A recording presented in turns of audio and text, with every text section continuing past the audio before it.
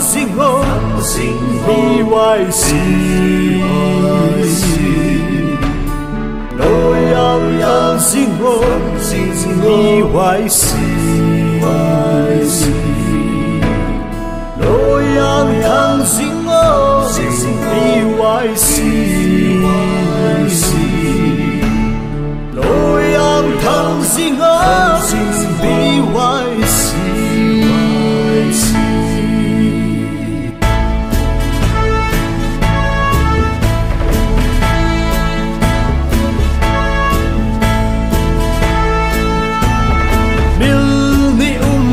sang khát giấc có son cúp lần đi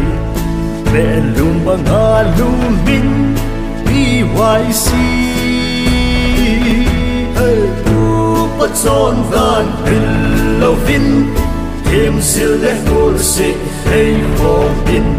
son đi lâu vin mà lắm non mà hay yêu tê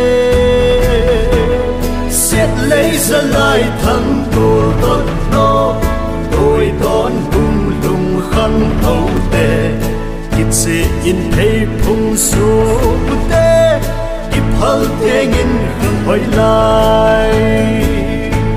sống đi sống ra bằng đi sao hết tê lít nôm tăng hồn tăng một tê tiếp nan hình cho yên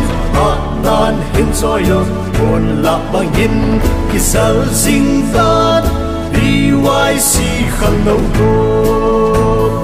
hồn lạc bằng yên khi sao sinh tan bung lung khăn nâu buồn hoa